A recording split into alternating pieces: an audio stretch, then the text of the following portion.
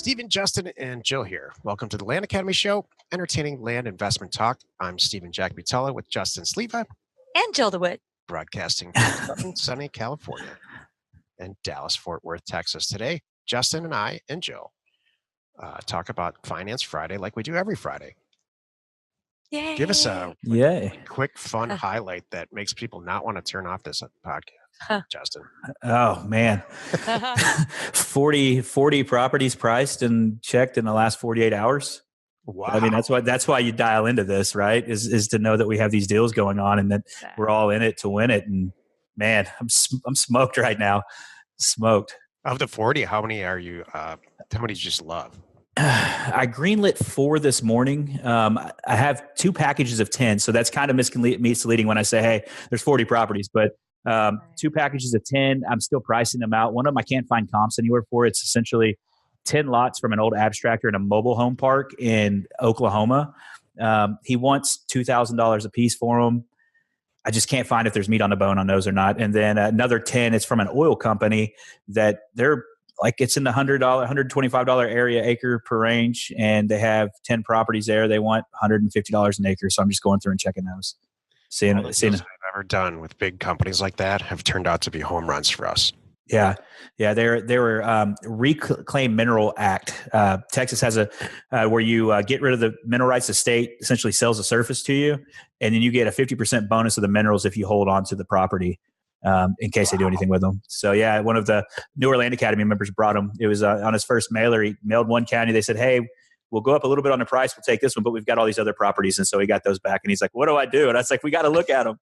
Yeah. So that's why we're here, right? That's great. Exactly. Hey, before we get into the actual show, let's take a question posted by one of our members on the landinvestors.com online community. It's free. Bob asks, how do you verify legal access for rural land?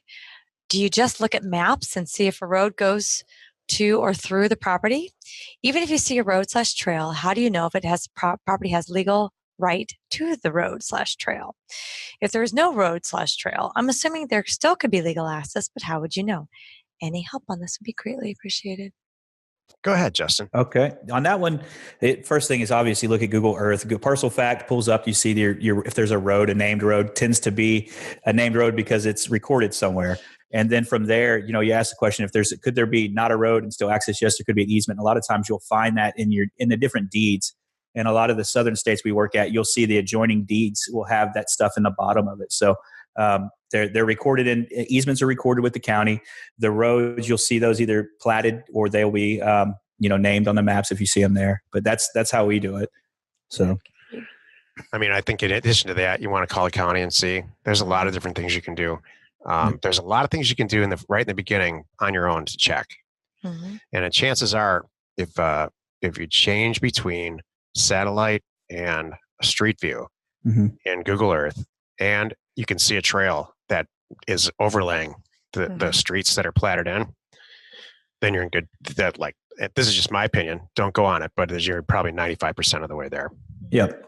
Yeah. It's really with super rural vacant land they have to be concerned about.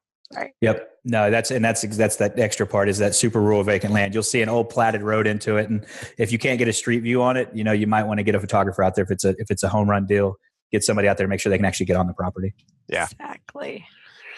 All right. So, we've had a really good acquisition week also. Yeah. Nice. We greenlighted a bunch of property. We're being very selective right now. So I love it. You want to talk about some of the highlights? What deal sticks out? Well, what was fun was I took some time off this week. I was at Universal Studios on Tuesday. All day on Tuesday I was at Universal Studios. So I'm actually looking at the deals. Oh no. From Universal. And we're just a few weeks in and we know our areas. Right away you just start, yes, no, yes. And I'll tell you. That's exactly what we do. Yeah. Some of them, I don't know about you, Justin. There's a few that I need to make sure that I'm conveying to everyone. When you have an asset that you're buying for $70 and you want to sell it for $80,000, that's not enough meat for me. So it's not quite what I'm looking for. Yeah. Buying it for $30, selling it for $80. Those are the deals. Let's talk. Yeah. Exactly. Yeah, you're exactly right. So I'm still having to educate a few people about that. not quite what we want to do here. Keep going on it. Yeah. Keep trying. So that's why I'm able to do it for myself. I'm really easy and go, yeah, no, yeah. Okay, we'll look at that one. Yeah. And then our people have done a really good job too. They've been really doing their homework and submitting good comments about here's why, here's some comps. And I love it when and that's what I want. I want them to already know it's a home run, but there's one little thing they're not sure about, or they flat out don't have the money. They know it's a home run, flat out need the money. And I'm like, heck yeah, that's why we're here. Yep. No, you're exactly right. We've had a guy that he submitted 5 properties so far. He sent the 6th one last night, and he sent the 6th one. And I'm not gonna lie, I looked at his name and he's like, "Oh, I've got a deal for you." And I'm like, "Oh, God, I got to tell this guy no again." I hadn't even looked at the deal yet. Exactly. And I'm like, man, I've got to tell this guy no again. He's going to be pissed. And so I look at the deal and I'm like, damn, he hit a home run. And it's in Cocosino County, Arizona, 40 acres. It's 11 grand, which it's still a good deal for raw land, but it has a trailer. It has septic. It has 2 storage buildings, and it has a trailer house. Wow. So I'm like, well, here we go. The trailer house has some damage. Somebody stole the copper out of it, but you still have that stuff there, and it has a 500-gallon water tank.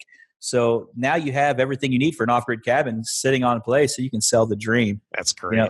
I'm like, all right, now we need to run to the bank now. Go ahead and get it under contract, or make sure the contract's done. We need to get this title. Here's my title girl there. Let's get going. So he'll know this is greenlit when he hears it next week, but he already knows that. It got greenlit this morning. But it was kind of like you said, we look at some of these and we want people to understand that we're not trying to make, a couple bucks. We want to make sure you have the funding for home runs. Exactly. Or solid doubles. I like solid doubles. Yeah. I mean, here's what I had to explain to somebody this week. For us to make any money on it, we're financing 100% of this acquisition, not financing. We're partnering 100% of the acquisition. There's got to be some dough.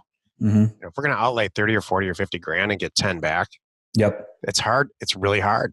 Right. Yeah. You've done everything you want, but that's hard for new people to really understand. Yeah, I think the big disconnect for me is when I see some of the guys throw these $300,000 and $400,000 properties up here that are going to make, they're making 100 grand, and you're kind of like, man, it's just at this time with the influx of the new investors coming in and these $10,000 to $20,000 deals. I mean, I could say use that same $300,000 or $400,000 on these 20 and 30 and just have them siloed out.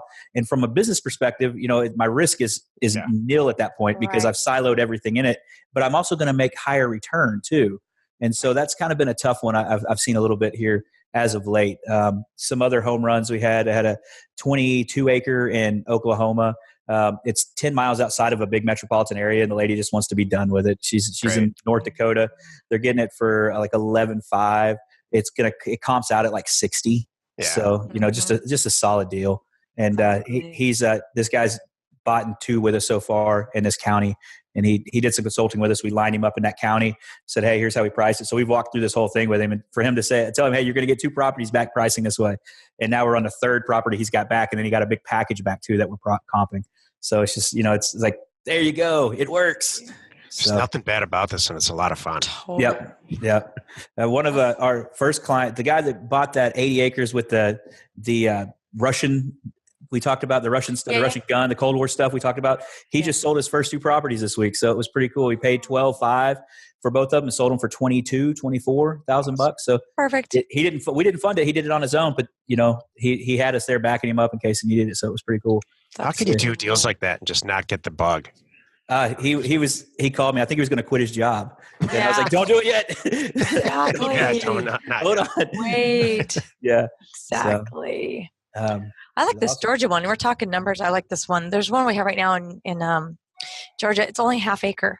Okay. We're going to buy it for a little over $21,000. Okay. Our manager is estimating $100,000 value. Wow. Steven's comments are, let's just move on and sell it for $65,000. That's going to be good because the comps in there. Actually, it's reverse. He said 65, and I said no, it's worth 100. Oh, okay. Yeah. All right. There we go. Well, because the half acre lots there are selling for $150,000 in this area. I very frequently, I wonder if you do this, Justin. I very frequently, probably on half the deals we're doing, I increase the purchase price. I mean, not the sale price. The sale price, yeah. Not by a dramatic amount, but to a point, up some. What I'm having to sell some guys is just, hey, let's not hold out. If they get an offer, let's take it and run. Yeah. So we can keep. No, that one. Yeah. So that seems to be the more is like, oh, I think we can get a little bit more. Now they're getting a little greedy. I'm like, let's just keep moving. Yeah. Keep moving. There'll be more. There's more mail. We got a couple properties in that it's very obvious that these they're from non-members. Okay. They just pulled the property off the MLS just to see if we would fund it for them. Oh, that's I got a guy, he shopped and he sent a mail out on this piece of property, came back, and I'm running the comps, and I'm like, I find this property and it's listed, and it's a big piece. It's a great piece of property, but I'm questionable on it. The guy had it listed for $750. And he had it for like $450 or $460. So there's still room on it. And it's in Missouri for 700 and something acres, 725 acres, all timber. It's got roads. It's full of woods, a little bit of rolling terrain, just beautiful hunting country. And I'm like, man, we could subdivide that, but that's going to be a little bit longer of a play. So, but when I looked, I found it on the MLS, and I said, hey, did this guy tell you had it listed anywhere? He goes, well, he told me he sold a couple parcels off it because it was originally 900 acres. Oh. So 700 and something what we were going to try to buy. So was it listed? What, the property that you received? It was listed for about $250 more than we were going to get it at. So they had it for like $750, and we were about $500 an acre on it is where we had it at. So it's kind of like, not enough meat, but at that much money. Right. So we'll see what we do with it. Yeah, exactly. Those are dreamy deals, Yeah, they're fun to work on. They're fun to look at, but in the end, they usually don't get done. Yep. Yeah. That was my goal for 18 to do one of those big deals in Subdivide. That was the one goal I didn't hit in 18. And I'm trying to decide if I want to do it in 19 or not. And I'm just kind of like, You see, you might not. Yeah. That's what I'm at. Do I really want to spend the time in 6 months, however long it takes to do all this, or just move on? Just keep moving. I've started down the subdivision path, even the parcel split path in a lot of cases, not all of them, but a lot of cases many times, and just pulled the plug after 2 months. Yep. Oh, really? Yeah. It's just like, I know we can double our money on this. Yep. What are we doing? We can triple it elsewhere. Yep. So, no. Exactly. Yep. We're, for whatever reason, we're gravitating toward commercial real estate right now. Actually, prepared to send a mailer out. Nice. It's just too easy. It's not easy. I shouldn't say that. It's just there's so much margin. Yeah. In commercial real estate deals. It's a longer haul. Mm-hmm. It's usually a 6-month hold. That's what we're budgeting anyway. Mm-hmm. But you can make a couple $100,000 per deal. Yeah. Are you going in and buying it by square foot, or are you going to go ahead and offer just like you would normally price for the market of raw land? It's all based on square footage, but the zoning type is it's imperative. Okay. Based on like what's around there. It's a different. I'm in the back of my head starting to formulate Land Academy X.0 commercial. Okay. Whole different methodology. I used to do it a lot of years ago, but things have changed. So there's a lot more data available. So we'll see how it plays out. Yeah. My house buyer that I work with down here, he buys a lot of commercial. That's their main business is commercial. They build up office buildings and strip malls and things like that. Mm-hmm. And their pricing methodology is by the square foot. And so I'll hear him. He's like, oh yeah, in that area, it's $1.10. If you can get it for $1.50, you're still doing great. So, and I'm like, oh, okay. And I'm trying to pick up while I'm sitting in the office and he's talking to somebody else, just kind of picking up what they're saying. But, that's how they price it. And there's like, oh, that dirt down there is not worth 70 cents a square foot. And I'm like, square foot for dirt? And I'm just trying to figure this out. So, but yeah, that's a cool thing. It's neat how all this stuff kind of layers on top of each other.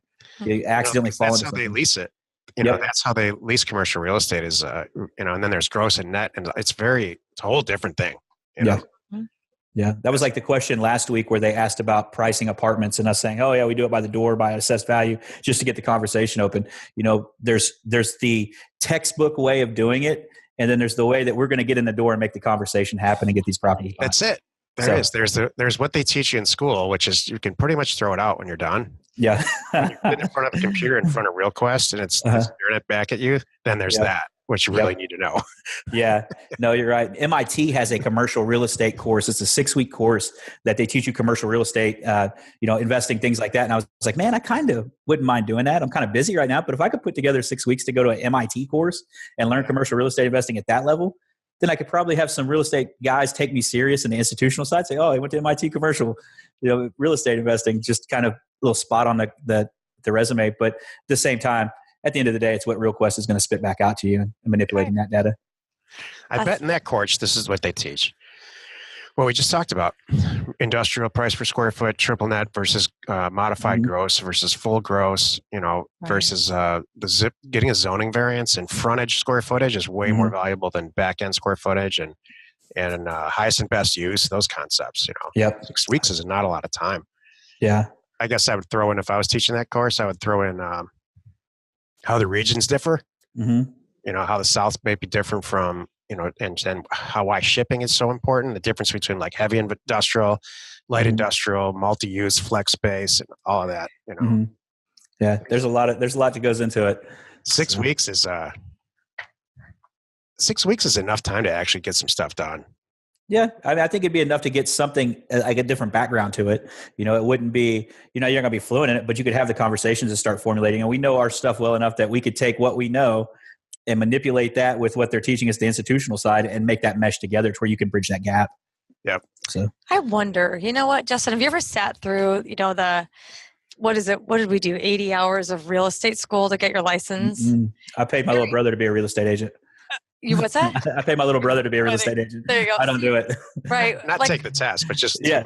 Well, we took the test. We just didn't activate the license, but I went all the way through just to see what goes on and what they talk about. And sure, I did come away with some interesting knowledge, and if anything, knowing what they know. But they talk nothing about what we're really doing, about getting the deals done and working with the sellers, working with the buyers. It's all the legal things. We're going to dissect a contract. Well, that's great. Nothing was there. And it was just like, so I'm wondering about this course. I personally would be afraid to invest 6 weeks of my time. Yeah. I might come out having that same feeling like, great, there's 6 weeks of deals I could have done. You know what I mean? Yeah. No, I'm with you. Never mind. Yeah, I'm with you. That's how I feel about houses right now. Yes. So this is a funny story on because I would spend, if I had 6 weeks to teach a course in commercial real estate, one of the full weeks would be on valuation, like valuing a piece of real estate that's income producing. So it's a funny story. I was sitting in a bar. Imagine that, a bunch of years ago. I'm not putting you on blast. I didn't. He paused and we both we wanted to. We weren't going to do it. I was going to let it go. All right, yeah, that's all right. So, and I'm sitting next to the guy who's now the president of Kitchell, which is a huge construction company. And so he's coming from it. And there's this a motel that was for sale, like in the greatest location in Old Town Scottsdale there ever was. Just came up. The sign, we all saw the sign on the way to the bar that day, because we're all in the commercial real estate businesses in this whole bar. And so there's me, this international commercial contractor, and then there's a bunch of like commercial real estate brokers. And so I said, you know what? I'm going to buy all you guys a drink. Let's play a game and value the piece of real estate. And we all, were you there for this? I do not recall. I know exactly what you're talking about. We all came back within. This is for about a $4 million piece of property. We all came back within like $150,000 of each other, based on replacement costs, just the value of the dirt plus the improvements on it, and like capitalization rate leased up, capitalization rate vacant, and like all the stuff that's got to go on with a motel specific, and then a little bit of goodwill because it's right in the middle of Old Town. And it was just amazing to me how fast that and similar our prices were. Oh, wow. I think it's all valuation. That's how you and I, we play that game in the car. Yep, we do. We play that game every time we're somewhere, we're going to an open house. It's like, all right, let's take your guess. What's your guess? What's my guess? And we're pretty darn close. Yeah. Yeah, we played that all the way to the LA car show. Yes, we did. That's right. Forgot about that. There's 45 minutes of it all the way through this. That's right. You're like, some bad parts. You're like, it's $600,000 for a house. I can't believe this. Exactly. Look at the bars on the windows. Oh my gosh. Yep. That's Los Angeles. Yeah. Exactly. God. Isn't that amazing? Yeah. That $600,000 will get you in the Dallas area, and what $6,000 will get you there. Yeah, no, it's crazy, the difference. And, as we start seeing the pricing for people on their different stuff, evaluating their stuff, as you get these deals in, you'll see that as well, is that people evaluate the raw rural land or the infill lots differently. Infill lots, I see a lot of different pricing techniques going on. And I think some people are just throwing a dart and trying to, say, hey, we're guessing. Totally. A lot of dart throwing in real estate. Yep. Not in our office. And I mean it. Yeah. There's a lot of dart throwing. Yeah. It used to piss me off. I'm okay now, though. Yeah. Love it. All right, Justin, give us a bit of advice. Let's say a bit of advice if you're brand new at this, and then after that, some advice after you've been doing it for a while and how to get a deal done with Plum. Okay. The bit of advice for somebody that's new: don't be so hung up on the dollars and cents. So if you price out a county and you come up with $610.70 and I come up with $606, it's not a big difference. Or $590, it's not a big difference. If you look at 30 to 35% or 25 to 35%, it's really not going to affect your end offer that much. Don't hang up on the black and white. Just get it close enough to start the conversation and put mail in a box. That's it. Just pick a county, put a price out, put mail in a box and get going. For somebody that's been going a while, don't be scared to work back from your business and price your stuff according to what you need your business to do. You get a lot of guys that get comfortable in a certain asset class, start layering it up. And if that means, hey, I've only bought up to 20 acres, on your next mailer, go ahead and throw 40 and 60 acres in there just to see what happens. Worst case scenario, you've got 40 or 60 acres now to sell versus 20. You know how to do that. But you get a lot of people that get nervous and get hung up on that next step, whatever it may be, whether it's price, area, whatever it is, just you've got the concept down. It works everywhere. So just continue to replicate, rinse and repeat. Awesome advice. Join us next time where we discuss another interesting episode of the Land Academy Show. Now's the time for Justin to plug his company. Okay, thanks. Plum Investment Group, partnering to make our partners successful. And then we are hosting a Texas Live for land investors in Dallas-Fort Worth area. We have a live event going on. It's going to be March 2nd at Top Golf. So if any of the local Texas guys that listen to the show want to come and join us, we'll be there. It'll be an all-day event with a couple different land investors from the area, and it'll be a good time. Cool. As always, at Land Academy, you know where to find us. See you tomorrow. Thanks.